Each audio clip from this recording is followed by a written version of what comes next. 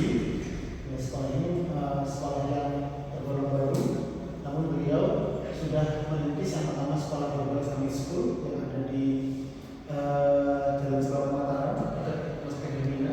Nah, yang kedua adalah Global Islamic Academy. Baik, lanjut please.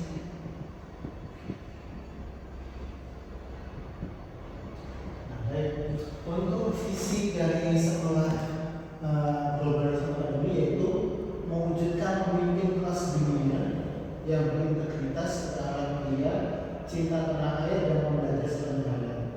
Jadi visi kami adalah lulusan-lulusan dari Global Islamic Academy kedepannya akan masuk ke 100 universitas terbaik yang ada di dunia, yang pastinya bisa bersaing dengan orang-orang yang ada di dunia, namun tetap masih bertahan mulia dengan mengangkat kepabilan atau masih menanam keislaman dalam hidup mereka dan juga cita tanah air sekaligus menjadi budaya sebenarnya.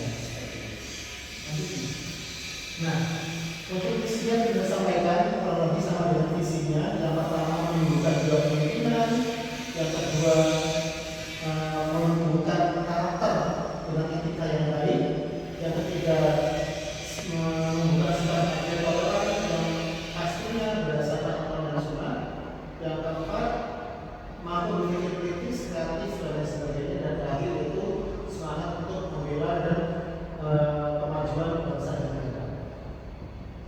Nah, unggulannya apa sih dari Global Islamic Academy? Tadi sudah kami sampaikan yang pertama, kedepannya siswa yang akan lulus dari Global Islamic Academy akan kita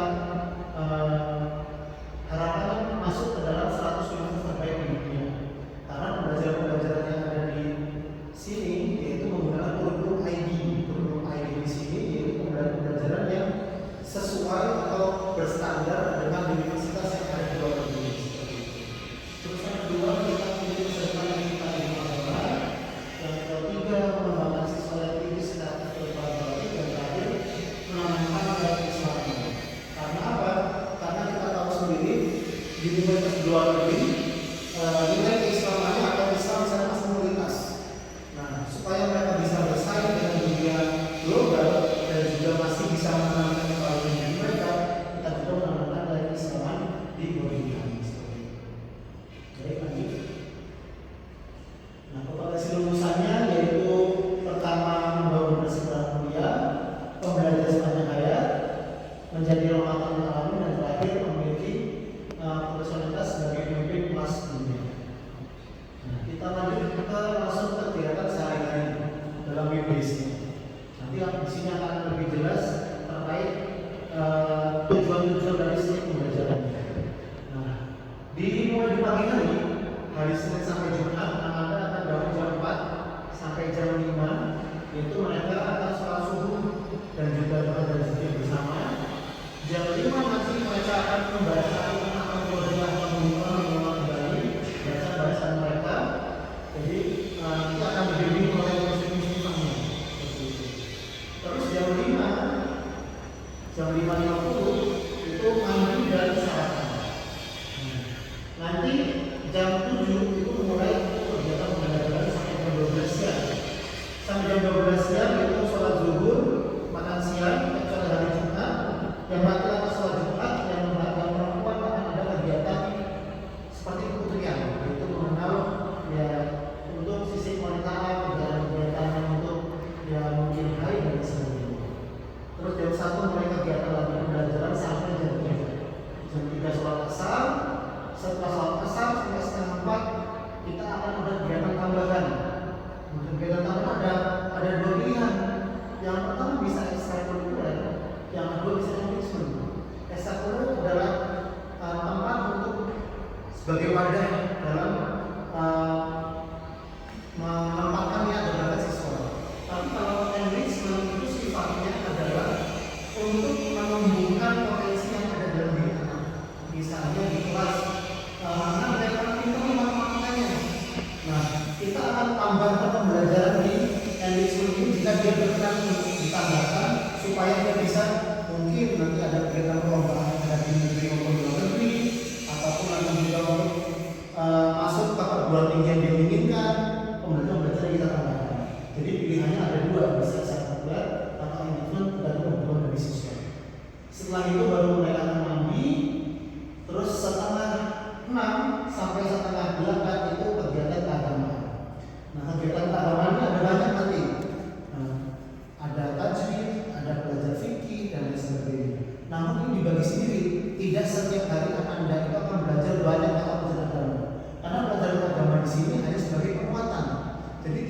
pendidikan. Kalau misalnya kita paham, kalau di pondok pesantren lainnya itu kan kayak misalnya sekarang mereka belajar fikih, nanti ada ujian fikih, nanti ada ujian apa tafsir atau itu ada ujian yang sampai berapa juz. Di tempat kami tidak. Fokus dari pembelajaran kami adalah fokus pembelajaran yang sifatnya objektif, pembelajaran pagi hari, matematika, sains, biologi dan lain sebagainya. Jadi pembelajaran agama sifatnya penguatan agar Anda sampai sudah kalau nanti mereka masih dengan ketahuan Islami masih ada, tidak tercampur dengan budaya-budaya luar sehingga mereka ikut harus dengan yang budaya yang minoritas Islam. Terus di malam hari dari jam 7:30 sampai jam 10 nanti baru kegiatan di sini makan malam. Nah, guide learning apa? Pembelajaran pengembangan dari kegiatan di pagi hari. Misal di sekolah akan diberikan proyek membuat apa misalnya mobil misalnya dalam angkat apa matematikanya seperti itu. Nah, di malam hari guru yang berada di bagian mengajar pagi hari akan mengajar lagi malam hari untuk mengerjakan proyeknya. Nah, jadi proyeknya akan sama-sama dibantu oleh guru. Besok pagi mereka observasi. Nah, jadi sama pembelajaran penanda itu tidak sendiri mereka belajar, tapi ada dari guru ini. Baik dari pagi hari, malam hari didampingi, pagi hari presentasi dari apa yang dikerjakan di malam hari. Seperti itu. Baik, lanjut. Nah, di sini adalah kegiatan di weekend, yaitu Sabtu dan Minggu. Nah, kegiatan di mana tidak ada bagi tabung pagi hari. Tetap sama, Anda akan bangun jam 4 sampai jam 6 ada morning activities. Nanti jam 6 nanti akan ada olahraga, bersih-bersih kamar, mandi, sholat duha, dan sarapan sampai nanti jam 9.15 sampai setengah 12. Nah, nanti akan ada kegiatannya sifatnya lebih sederhana, yaitu weekend leaders teaching. Jadi bisa sifatnya kita mengundang ada materi untuk seminar, ada juga nanti mungkin kita ada kegiatan-kegiatan misal outbound dan lain sebagainya. Ada juga kegiatan individual engagement. Sama tadi bisa ada penguatan untuk Anda untuk masuk perguruan tinggi atau mengikuti lomba-lomba internasional. Nah, di siang harinya jam setengah 12 itu sholat zuhur 1 jam dari 12.30, baru nanti akan makan siang dan free time. Free time ini Anda bebas mengikuti apa, mau berkegiatan apapun, atau mereka juga bisa mengikuti klub. Nanti akan ada banyak klub yang akan difasilitasi, bisa menulis, bisa sebagai pembicara dan sebagainya. Seperti itu. Terus di sore hari sholat asar sampai setengah 4, baru nanti setengah 4 sampai setengah 5 ada acara keluarga engagement sama seperti kegiatan sore hari di hari weekdays. Baru minggunya kecuali hari minggu ada kegiatan muhadharah atau public speaking. Nanti anak-anak akan belajar berpidato. Nah, di sini berpidatonya akan bergantian. Misal di minggu pertama kita ambil 10 anak yang lain nanti berkomentar, menyaut segala macam. Bergantian minggu selanjutnya dipilih 10 orang lanjutan. Baru nanti kegiatan mandi, persiapan untuk sholat maghrib, terus kegiatan malam hari, kegiatan keagamaan, makan malam dan juga kegiatan. Nah, kalau di Sabtu Minggu kegiatan lebih santai, kegiatan santai-santai. Jadi bisa mereka menonton video atau film-film yang bisa motivasi, atau nanti mereka ada kegiatan-kegiatan sampai dengan kumpul dengan teman main games baru, game apa seperti itu.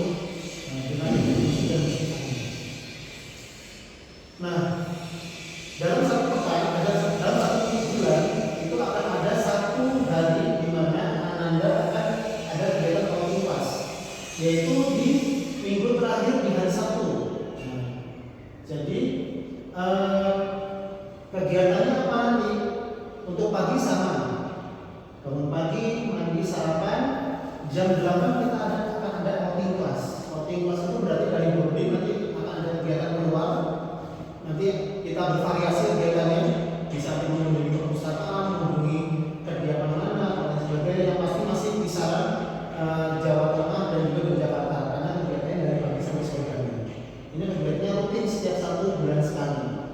Berbeda dengan kegiatan sekolah. Kegiatan sekolah sifatnya lebih lebih jauh lagi bisa nanti keluar kota maupun keluar negeri. Nah, ini adalah kegiatan di boarding. Nanti jam 3:30 kembali ke GBA, kembali ke boarding, baru mandi, kegiatan keagamaan, makan malam, dan kegiatan bebas santai. Baik, nah ini kurikulum ID-nya. Kurikulum ID yang kita gunakan, ya, itu beberapa mata pelajaran seperti ini. Mata pelajaran itu nanti yang akan diterapkan dalam pembelajaran sehari-hari. Nah, gunanya apa? Mata pelajaran ini sebagai standar untuk mengikuti pembekalan di masuk university. Seperti itu. Dari ada bahasa, matematika, sains, society, dan sebagainya. Nah, ini kurikulum boardingnya. Nah, seperti saya katakan tadi, pelajaran-pelajaran agama ini sifatnya lebih kepada penguatan. Jadi sebenarnya aku belajar agama banyak sekali kan. Namun misalnya tajwid hanya di hari Senin misalnya, hadis di Selasa, akhlak di Rabu, tarikh atau sejarah di hari Kamis. Jadi mereka belajarnya tidak banyak materi yang akan mereka pelajari sehingga membebani mereka banyak yang harus dikuasai. Nah, jadi Ananda di sini lebih kepada penguatan keislaman, lebih kepada akhlaknya. Kalau yang pembelajaran di boarding, jadi kita tanamkan gak cuma mereka belajar sholat itu Allahu Akbar sampai Allahu Akbar, tapi mereka memahami kenapa harus sholat, kenapa membacanya ini. Jadi tidak terlalu banyak diajarkan, tapi lebih mendalam atau mendalam di pembelajaran itu. Misal nanti mungkin akan ada 1 bulan fokus bahas sholat, karena apa? Biar ditanamkan pada Anda pentingnya sholat sehingga saat di luar negeri pun tetap mempertahankan sholatnya. Seperti itu. Jadi maka dari itu kita berbeda dengan mungkin boarding yang lain yang mungkin mata pelajaran sangat banyak, sangat konkret agamanya, banyak ujiannya. Kita fokus kalau ujian-ujian itu pelajaran yang ada di pagi hari. Jadi yang pelajaran pagi hari itu yang pelajaran di sekolah, itu yang ada penguatan di sekolah, penguatan di boarding itu belajar yang ada di sekolah itu. Namun kalau pelajaran agama lebih pada akhlak Ananda supaya kita tanam bahwa saya adalah orang Islam dan aku harus mempertahankan keislamanku, menjaga akhlak seperti itu. Lanjutannya adalah tafsir, tauhid, fikih, mantiq, dan sebagainya. Seperti itu. Nah, jadi untuk pembelajaran-pembelajarannya kita tidak banyak sekali yang diajarkan, tapi lebih ke mendalam yang kita ajarkan. Selanjutnya, nah, tugas dari muslim-muslimah atau pendamping asrama. Nah, rasio 1 muslim-muslimah itu memegang 15 anak maksimal. Nah, kita maksimal 15 anak kenapa? Karena biar muslim-muslimah bisa fokus mendampingi Ananda, karena sifatnya mereka adalah sebagai pendamping orang tua. Karena mereka pendamping orang tua, mereka tidak harus mengajarkan anak itu di boarding, karena sifatnya mereka fasilitator. Misalnya dari Ananda di sini di sekolah kurang dalam matematikanya, nanti dari guru akan menyampaikan muslimah sebagai orang tua. Nah, muslimahnya atau muslimnya akan menyampaikan ke anak, dimotivasi, diberi arahan supaya mau untuk belajar. Atau nanti kalau anak mau curhat segala macam, aku pengen itu, coba kepada muslimah menyampaikan kepada gurunya, dibuat jadwal tambahan mungkin sore hari untuk menambah. Jadi kegiatan sore dan malam hari pastinya untuk mengembangkan pendidikan di kegiatan di pagi hari. Seperti itu. Nah, juga mereka sebagai yang menjaga mental Anda juga, jembatan komunikasi juga dengan orang tua. Seperti itu. Mungkin itu saja dulu kiranya untuk pembukaan terkait globalisasi akademik. Mungkin ada pertanyaan yang mudah semua. Ya, apa namanya?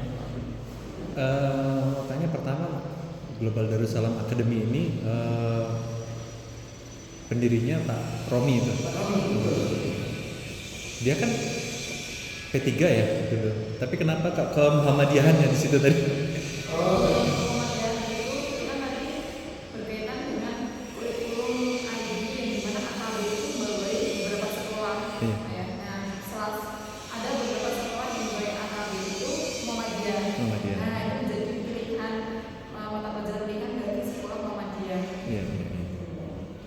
Itu pertama ya. Yang kedua, ini sebenarnya sekolah ini milik pemerintah atau swasta atau ada atau gabungan atau gimana sebenarnya? Swasta. Ini swasta. Ya, ini milik swasta. Yang saja kami ada di jaringan Akademi Kader Bangsa. Di mana Akademi Kader Bangsa itu juga sebuah yayasan independen gitu, yang ada timnya sendiri. Istilahnya bekerja sama gitu. Ya. Oke. Jadi dia swasta, tapi ada yayasan kader bangsa. Ya, Akademi Kader Bangsa Kolaborasi. itu juga yang membawahi Taruna Bayangkara. Taruna Bayangkara. Ya, yang miliknya Polri. Oh, oke.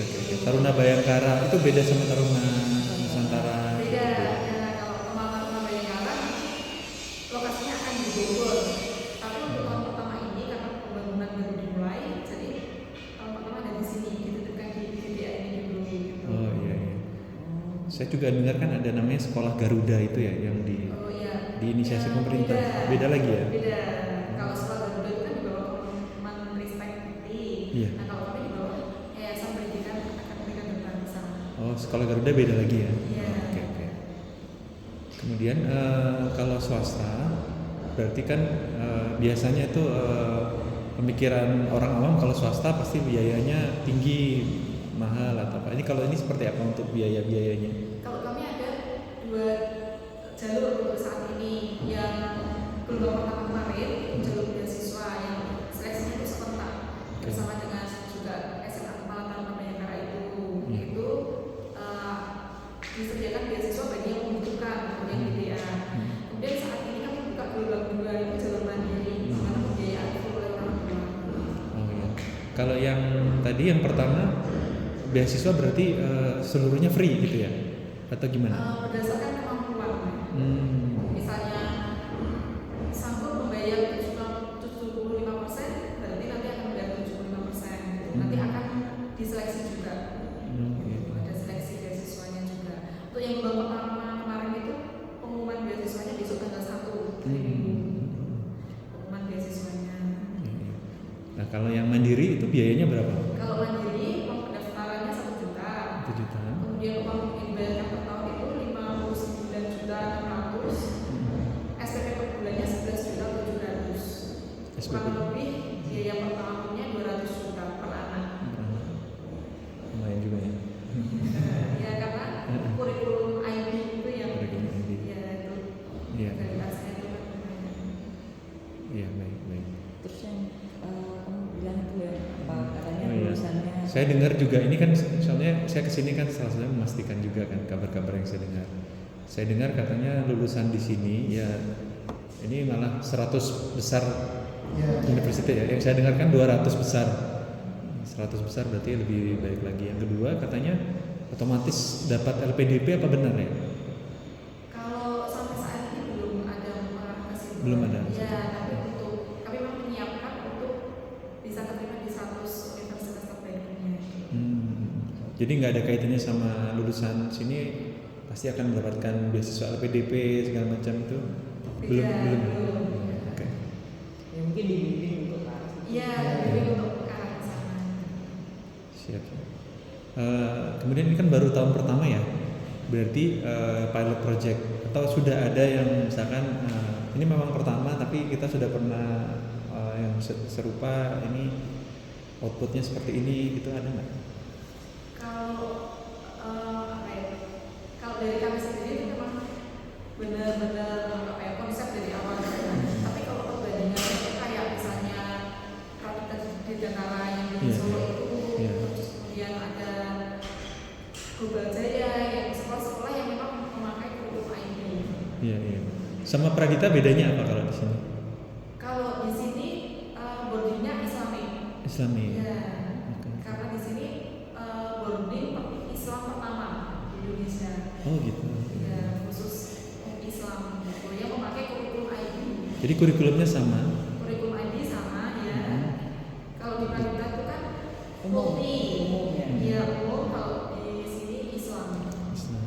Oke. Memang banyak sekolah boarding itu bisa kayak Al Azhar gitu, tapi kalau di sini memakai kurikulumnya kurikulum IB. Gitu. Kalau mereka belum mungkin kayak mencapai yang lainnya. Gitu.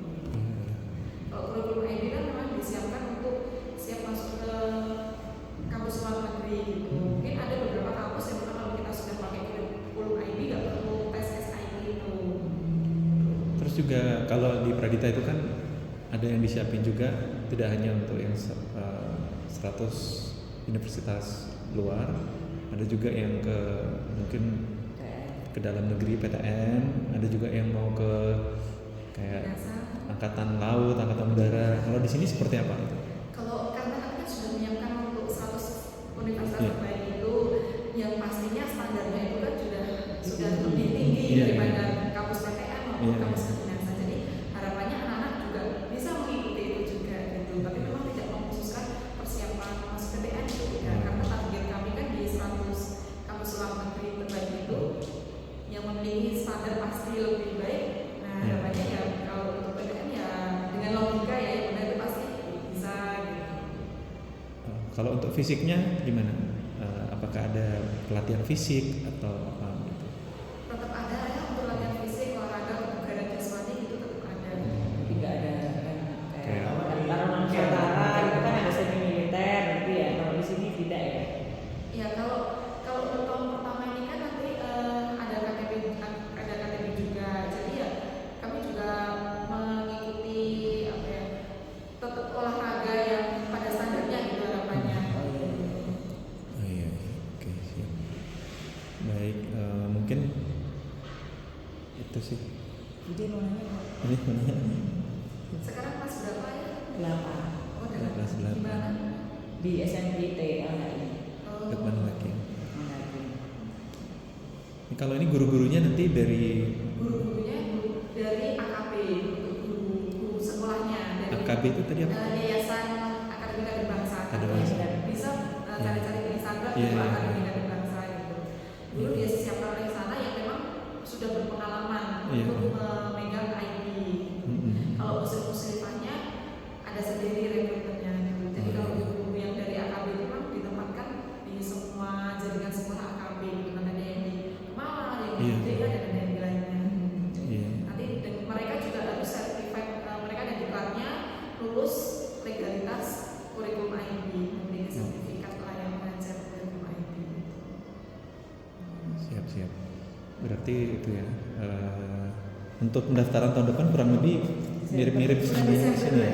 kurang lebih bulan Desember.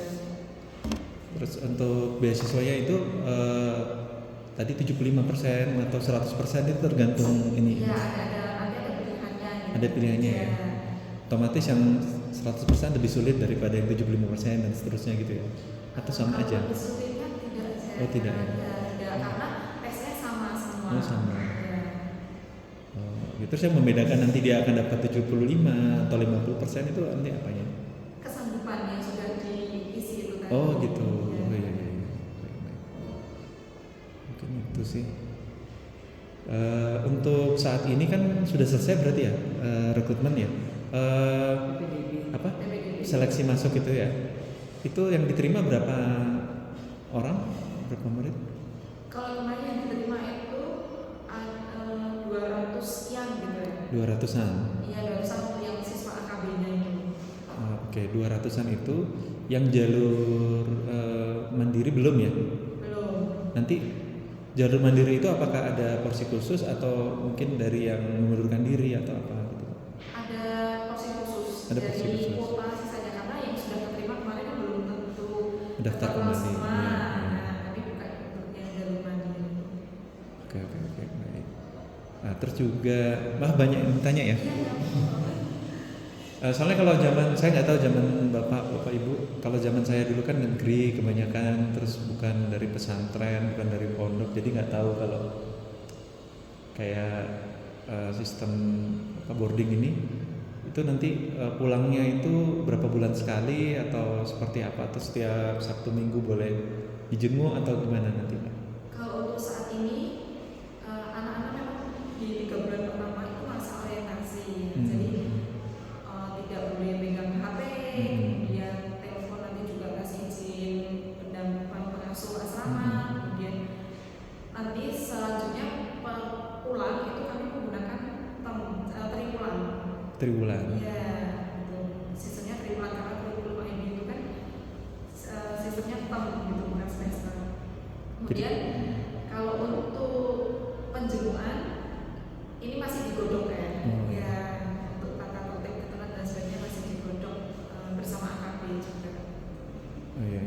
Jadi nanti sistem pulang itu triwulan 3 bulan sekali gitu ya Ya, kurang lebih. saat ini rencana seperti itu. Selama berapa harinya mungkin masih digodok juga. Iya, betul. Kemudian penyembuhan juga nanti masih dalam Iya. tahap. Oke, baik. Itu mungkin ya. Ada lagi? Udah ya. Jadi lebih ke anak, kalau orang tua gitu nggak ada.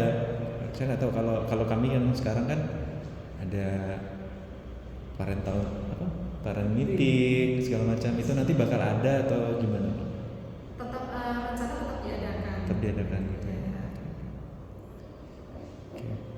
Baik, mungkin dari saya begitu. Kamu ada tanya? Iya. Nanti kalau misalkan ada pertanyaan, nanti kami coba hubungi. Ya bisa hubungi admin. Di ini ya.